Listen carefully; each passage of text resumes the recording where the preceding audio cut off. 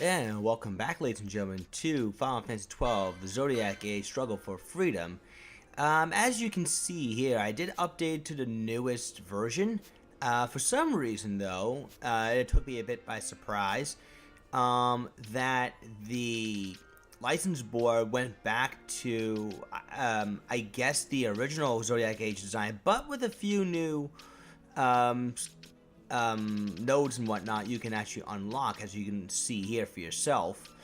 And I do try to show off all of them as best I can. Now, I was looking at the license board here, and I'm still a bit unsure on what summon to give to which character. Because I haven't really looked at the new license board. I probably should before I decide on who to give the summon to, because I kind of want to take advantage of I kind of want to take advantage of being able to unlock two different nodes on two different license boards, provided that I do teach them that particular summon. But I just didn't want to waste the license points, so I can just benefit from one license board but not from the next. It is just my point. So hopefully next chance I get, I'll be able to what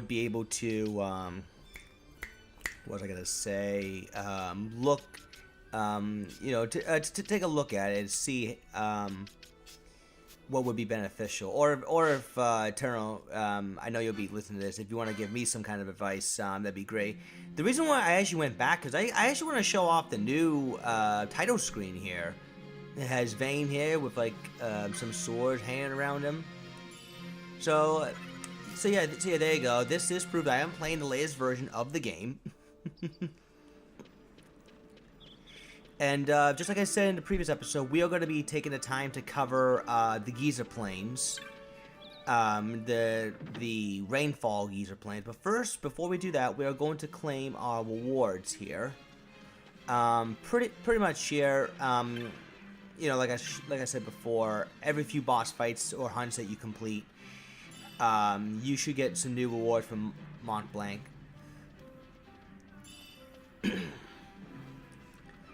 And that's actually interesting. The Skaith mode, something we weren't able to get back in Wraithwall's Tomb. I would imagine that once you leveled up enough, you would be able to revisit Wraithwall's Tomb in case you want to take on the Demon Wall again, and then be able to finally find one of the hidden passages that contains the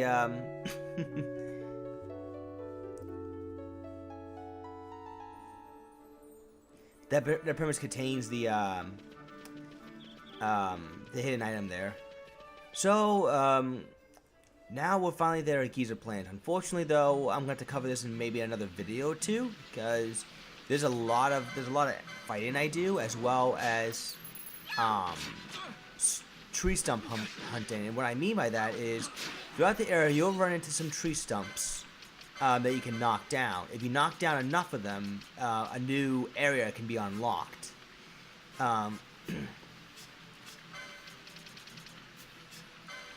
so, just to kind of give you guys an idea of what happened here, the Sky Pirate, the Sky Pirate class I picked for Vaughn turns out to be the White Mage. The leading man for Balthea turns out to be the Paladin. Turned out to be the Knight. Knight. The Paladin class for Bosch turned out to be the Archer. For Fran, she ended up getting Time Battle Mage. For Penelo, she ended up getting the Chemist, and for Ash, she ended up getting the Bushido. So I'm not sure. I don't remember if that was intentional, or I mean, it probably is. Chances are. But I was a little bit surprised they weren't founded by their own equipped like they were in the beginning. Perhaps Eternal must have had a change of heart when it comes to that. I'm not sure. Maybe he can fill in a few blanks. But I gotta look at the. I just gotta review the 1.72. I think. Yeah, that's the name of the patch. The patch changes. I probably should have made note of that. But I will be talking about them next video for sure, because I don't remember what they are off the top of my head, nor do I have it on me right now.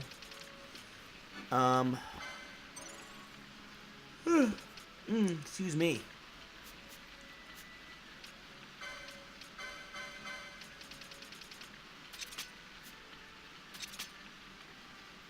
I suppose while we don't have too much going on, I guess what do I think about the classes themselves? I do think that some of the classes can be pretty beneficial depending on how you go about it. Like there are a number of excuse me. There are a number of combinations that you can pull off where there's no right or wrong combination. It's just a matter of what espers are you going to give them in order to benefit from the class combination that you choose from. Like I've seen some playthroughs where someone went White Mage and Foe Breaker, where you have good healing magic, good protection spells, as well as the random chance of doing the random chance of inflicting high damage. So there was that. There was also White Mage, Shihadori. I'm sorry, I don't remember that class name off the top of my head, how you're supposed to say it, but it's the one where you can get the most evasion, as well as some decent buffs. Then there's like utility support, like, what was it? The Lancer / Time Battle Mage, rather. There was a different class. There was a different name for that class. I forgot what it was. Alon. That's the name. There we go. The UHLAN. There we go. Yeah, Alon Time. Alon and Chemis. That's for like utility-based support. And things like that. There's plenty of combinations you can do. And what's cool about mixing and matching these class combinations is that you can also mix and match the equipment you can get. Particularly the body armor, because maybe you want to go out and let's say, oh man, I'm tired. Like for example, maybe you can go all physical with the heavy armor, then maybe all magic with the mystic, and then all HP with the light armor. Maybe you can do a mix of 2 of the 3. And switch up your weapon depending on the situation and things like that, which I think is really interesting.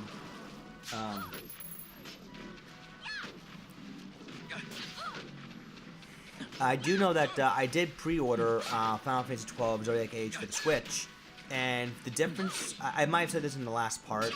If I didn't before, I'll just say it here. One of the few differences in the Switch version of 12 is that you no longer have to worry about being permanently stuck on one license board. Like say for example you want to change from, I don't know, from Knight to Archer. You just have to go to Montblanc once you've joined his clan, and he'll have you change the class for you. I believe that I want to say you can also in theory carry over the nodes. I'm not 100% sure on that, on how that's going to work, but I would imagine that if you carry over some nodes, then imagine how many times you're going to be able to mix and match your characters to the point where you're going to achieve max stats almost all the way around. And that's going to be pretty damn good, Of course, that would still mean that you're still... I want to say you would still be stuck with the magics that the abilities that you can have on that particular license board. I'm going to assume that's the case. Because otherwise we might have a case of vanilla Final Fantasy 12. Well, it's fine for what I tried the first time around, but ultimately everyone felt samey. I don't know. I mean, I guess we'll wait and see once we get into the Switch version of it. Another Final Fantasy game I pre-ordered for Switch was 10. 10 I've always thought was a pretty solid game in the series, a solid entry in the series, no doubt. I did like the turn-based sort of combat system, kind of made a return there. The turn-based system, that was I kind of want to say based off of Final Fantasy 1, I think. That was the game that first did that instead of the ATB system, where several other Final Fantasies did, like 4, 5, 6, 7. I think 8 did that. 9, I know, definitely did. One of the major differences in 10 for the Switch port, in case those are interested, is that if you choose the Expert Grid, it was something they introduced in the PS3 version. When you introduce the Expert Grid, you can level up the characters in a drastically different way, and you could potentially make them really powerful early on if you know what you're doing. But in this case of the Switch, you can make them even more powerful. So you know what path road to take for every character, then you're gonna power them up just like that, and it's gonna be obnoxious how much damage they're probably gonna do. That, and I heard that they're gonna be introducing some more optional bosses. Not quite sure about what they mean by that, but that was just a tip I heard. Ooh, excuse me. The one thing though I gotta say about this recent change, because of the fact that Vaughn is like now tied to the skills you can learn as a white mage, it's probably gonna carry over the next patch update I do. So basically, I'm playing this mod as is being updated, like on a frequent basis. I might miss, I have missed a few patch updates from time to time, but still, this makes one of the more interesting playthroughs, for sure.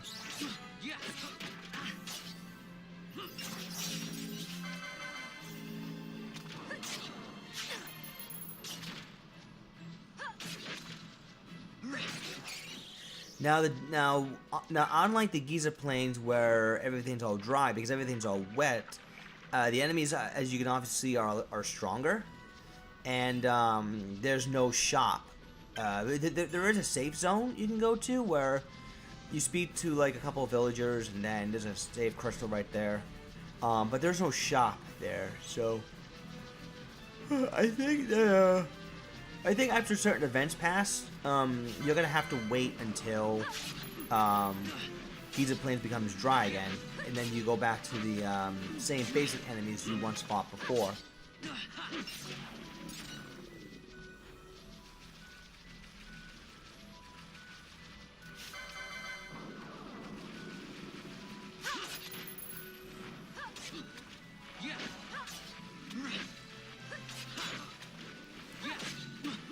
No, I wonder what else is there to talk about.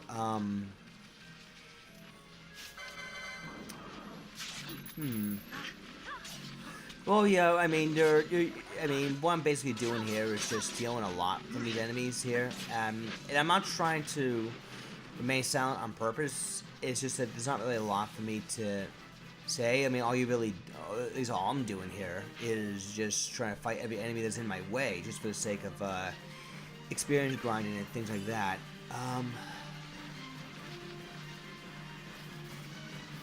There's something new I can talk about here. The elemental enemies. They will remain docile at first, but then for some reason, if they happen to walk into the middle of the battle, even if you're not targeting them, they will decide to go after you. And the elemental enemies hit really hard. At least at this point, they do. And physical attacks won't really do anything to them. The only thing that can really damage them are the magic that is the particular magic that they're going to be very weak to. So unless you're feeling really confident that you can take them out, I recommend you avoid them as best you can. The only bad thing about that is... The only bad thing about that, honestly, is that your allies tend to want to fight everything that's in their way, of course, But then again, you can turn that particular gambit off and only have it target just the party leader if you want to minimize the chances of them confronting the monster you don't want them to confront. Yeah, I believe the tutorial brought that up earlier, that you can set gambits a certain way so your allies just won't pick a fight with everyone. That's what I should probably do. Oh my god, I'm so sorry, ladies and gentlemen. I'm just I woke up a little while ago, and it takes me a while for me to wake up. You know, I even had breakfast a little while ago too. How many times did I say that a while ago? Someone has to be making count of that, how many times I said that phrase.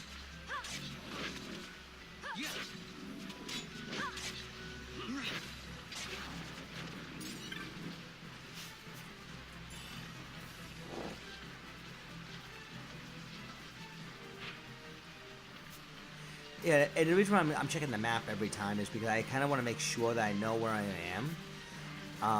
That, and I'm still trying to look for the other tree stumps that I can run into. Because I think, like I said before, if you knock down like enough of the tree stump, if you knock down enough of them, a new area forms, which is something you need to unlock actually to do the Gill Snapper side quest. The Gill Snapper side quest, though, I recommend you bring a guest party member with you. Because the Gill Snapper can hit.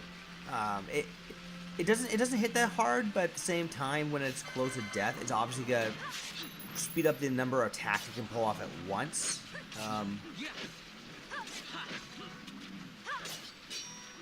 Oh my god! So that, and plus, I believe the next party member you can get is Larsa. The one that introduced himself as Lamont. Larsa has some really capable white magic, and I just think that bringing him around would really help out your chances a lot, especially if you can manage to buff your whole party with like protect and haste. Well, if you can get haste at this point, and being pretty decently leveled up also helps out too.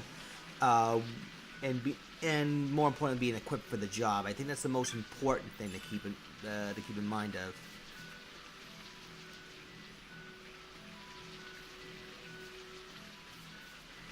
Yeah, I have no idea why. The reason why I keep wandering up and down here, I guess I can bring this up, is because I don't know if I always never know if I miss a tree stump somewhere or not. That's why I always tend to triple check everything, because a lot of the area layout here looks pretty much the same. They sort of blend in, aside from how they're shaped and everything. But still, I can't help but to feel that this is the way they look is just too similar to me.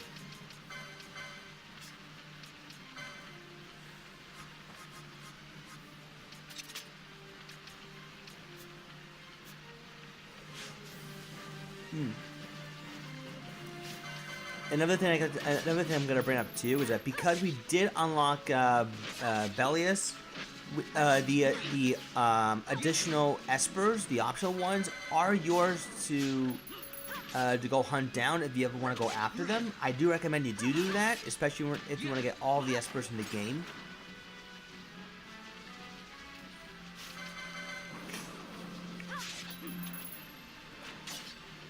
And some of the Esper fights are among some of the very toughest that you have to go through in the game.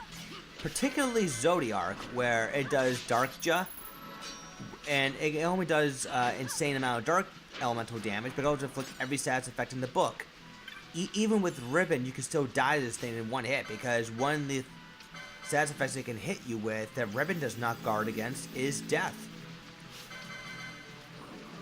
So needless to say, you need to be really lucky that Death does not hit, because otherwise it would just throw your entire pattern, your strategy off.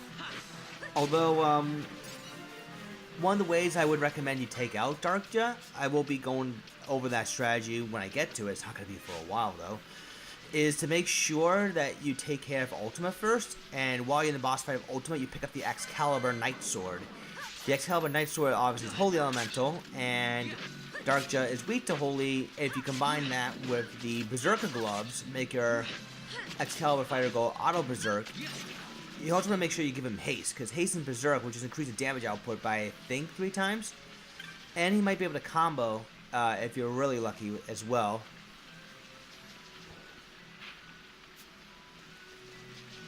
Oh my god. What are the boss fights in this game is really tough.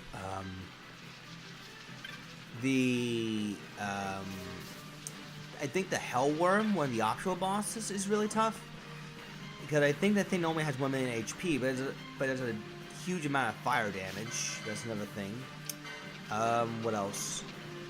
There's Yasmat, which is among one of the toughest hunts to take down.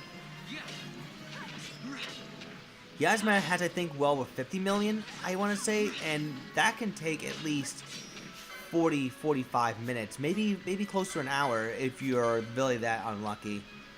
And then there's among the shortest battles, but easily one of the toughest. That's Omega Mark. I'm talking about Omega Mark 12. Its laser attack can do at least 4,000 to 5,000 damage per pop. At least, yeah. That's how powerful this thing is. So what do you do? One of the only few times green magic is actually really useful. You would have to use a reverse spell, which turns the laser damage into healing. But you want to make sure that you're in range, because if you were to walk away from that fucker, it could regen all of his health back. I am not kidding. It's that unfair. You can't just leave the area and then heal up and finish off what's left. No, you have to do the whole thing over again. And you also want to make sure that the reverse strategy, is still in effect by the time he's healing you with this laser.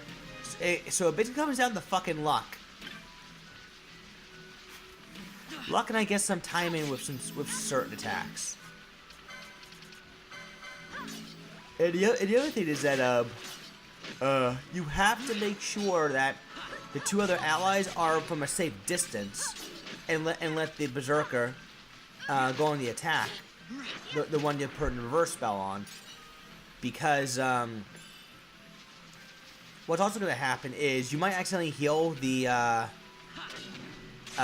one under the reverse spell, knowing that explosion, instead of healing you, it damages you. It's kind of like undead, but not. So I would recommend you make sure that you put the reverse spell on a particular character, and then make sure you're only healing the other characters that are not going to be involved with the reverse spell as well. And pray to God that he doesn't do something that throws your whole pattern off.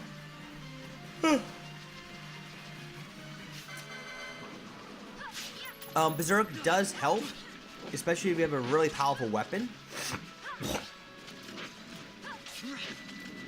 Particularly the ones that offer high critical hit combo or high evasion.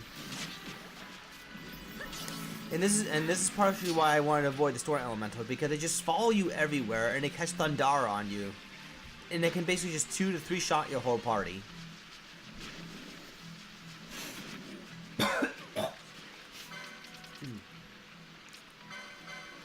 I also hate having to deal with allergies at a time like this. I really do.